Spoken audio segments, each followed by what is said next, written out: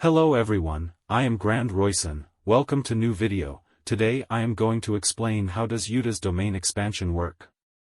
Jujutsu Kaisen Chapter 250 is set to be released on February 12, 2024, and the early spoilers have already dropped online.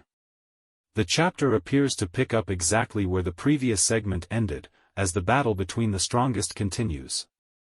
In Chapter 249, Yuta deployed his domain expansion in hopes of injuring Sukuna. Yuji also entered the battle alongside Yuta, as the strongest Jujutsu sorcerers will now fight against the strongest cursed spirit. The battle began with Sukuna overpowering the Jujutsu sorcerers, but the tables seem to have turned, and the deciding factor in this could be Yuta's domain expansion. Yuta's domain expansion, Authentic Mutual Love, comprises an immense amount of katanas, with each katana holding a cursed technique Yuta copied in his past. Yuta selects one sword and can use its cursed technique as a sure hit against his opponent. The catch is that even Yuta isn't aware of what technique each katana holds, and there are nearly infinite katanas in his domain. The sure hit of his domain is also limited to only one katana at a time, meaning he cannot use two or more cursed techniques simultaneously. However, there is no limit to the number of katanas in Yuta's domain, so between changing cursed techniques, there will be no blind spots on him. Yuta's domain has intimidated Sukuna, and now he needs a plan to counter. Jujutsu Kaisen Chapter 250 starts with the narrator explaining Yuta's domain expansion in detail.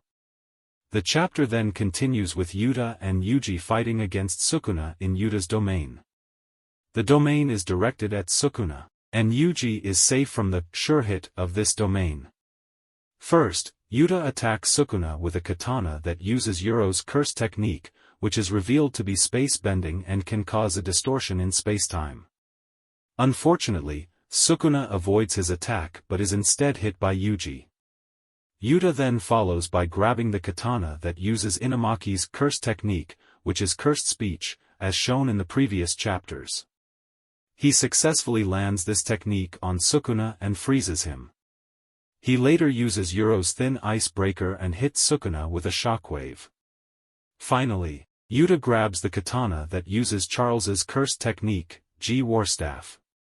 For those unaware, Charles is the mangaka sorcerer who fought Hikari during the Culling Games arc. This technique allows Yuta to peek into the future as he evades Sukuna's attacks and counters with a punch to his face. Yuta's aim is to look for an opening against Sukuna as soon as he uses a curse technique that Sukuna has never seen before. As the chapter concludes, Sukuna has noted the 5 cursed techniques Yuta has used against him since the battle started. These 5 cursed techniques are 1. Hana Kurusu's cursed technique, Jacob's Ladder. 2. Takako Yuro's cursed technique, Space Bending. 3. Dhruv Lakdawala's cursed technique, Shikigami Summon. 4. Inumaki Toge's cursed technique, Cursed Speech. 5. Charles Bernard's cursed technique, G-Warstaff. As the fight continues, Sukuna realizes that he can't use his cursed energy to the fullest due to his battle with Gojo Satoru, which has exhausted a big part of Sukuna's cursed energy reserve. Likewise, Yuta considers how difficult it would have been for the Jujutsu sorcerers to fight the King of Curses, had Gojo Satoru not weakened him to this extent. Both Yuta and Yuji get a chance to recover during battle using the reverse curse technique, with Sukuna hopelessly watching them instead of attacking.